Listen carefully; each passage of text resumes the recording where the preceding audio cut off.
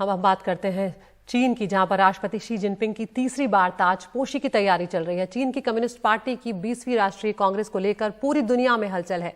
इस बैठक की शुरुआत आज हो गई है। ये 22 अक्टूबर तक चलेगी। ये बैठक 1921 से हर 5 साल के अंतराल में बीजिंग के ग्रेट हॉल ऑफ पीपल में होती है।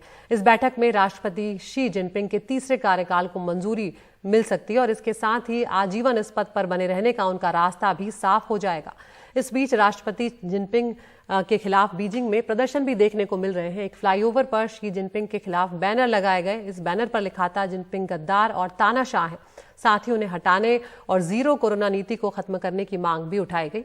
शी जिनपिंग का विरोध जो है वो सोशल मीडिया पर भी वायरल हुआ है। चीन के अधिकारी लगातार सोशल मीडिया से ऐसी पोस्ट हटाने में जुटे हुए हैं।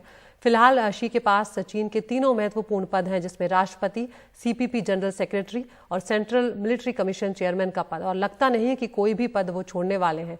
तो किस तरह से ये दुनिया में असर डालने जा रहा है, क्या कुछ इसके मायने होंगे, इस बारे में ज्यादा जानकारी दे रहे हैं हमारे सीनियर एडिटर उमाशंकर सिंह।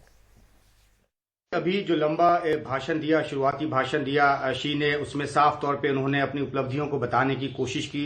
उन्होंने खास तौर पे करप्शन का जिक्र किया और पार्टी के भीतर करप्शन ना हो, इस बात पर जोर दिया। उन्होंने वैश्विक तौर पे जो अपनी उपलब्धियां उनको बताने की कोशिश की।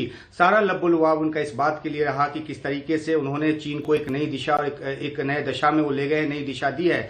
अगर जिक्र करें ताइवान की, तो उन्होंने खासतौर पर इसका जिक्र करते हुए ये कहा कि किसी भी तरह की बाहरी हस्तक्षेप को चीन बर्दाश्त नहीं करेगा और चीन की अखंडता के लिए जो वन चाइना पॉलिसी है, चीन की अखंडता के लिए वो हमेशा तैयार रहेगा और इसके लिए जरूरी हुआ तो वो ताकत का भी इस्तेमाल करेगा। आपको पता है कि किस तरीके से किसी तरह की ताकत के इस्तेमाल के खिलाफ रहा है अमेरिका जैसा देश। और अभी हाल में जब वहां अमेरिकी राजनयिक का दौरा हुआ था, उसके बाद किस तरीके से चीन ने ताइवान की घेरेबंदी की थी। तो इस आलोक में अगर देखें तो अपना जो पोजीशन है उसको और ज्यादा पुश करने की कोशिश की है। एक हफ्ते तक जो ये बैठक चलेगी, जो कांग्रेस चलेगी, उसमें जो 2300 डेलीगेट्स जमा हुए हैं उनमें से 200 को सेंट्रल कमेटी में चुना जाएगा। उसके बाद जो पॉलिट ब्यूरो है 25 सदस्य, जो माफ कीजिएगा 25 जो सदस्य हैं वो चुने जाएंगे और वो अपने जो परमानेंट सदस्य, जो पॉलिट ब्यूरो के मेंबर हैं 7, वो चुनेंगे। और क्योंकि आपने सही कहा कि ये महासचिव हैं पॉलिट ब्यूरो के और इस हिसाब से पार्टी के प्रमुख हैं, इसके अलावा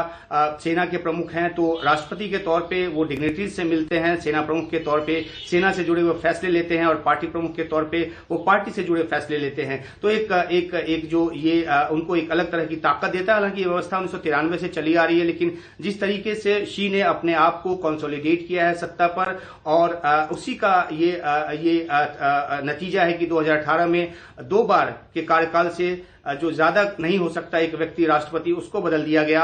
और इस बार इस कांग्रेस में इनकी तीसरी बार की टर्म पे जो है वो मुहर लग जाएगी और अगले साल जो नेशनल मीटिंग होगी उसमें वो फिर से एक बार राष्ट्रपति बन जाएंगे। इसकी पूरी उम्मीद जताई जा रही है और ये भी कहा जा रहा है कि हो सकता है कि बाकी के जीवन के लिए भी राष्ट्रपति बने रहें, क्योंकि एक बार नियम जब बदल गया तो उसके बाद वो अनंत समय तक राष्ट्रपति चुने जा सकते हैं। तो काफी अहम इस मायने में है, क्योंकि चीन और भारत के जो रिश्ते हैं पिछले 10 सालों में वो उसमें काफी डिटोरिएशन आया है।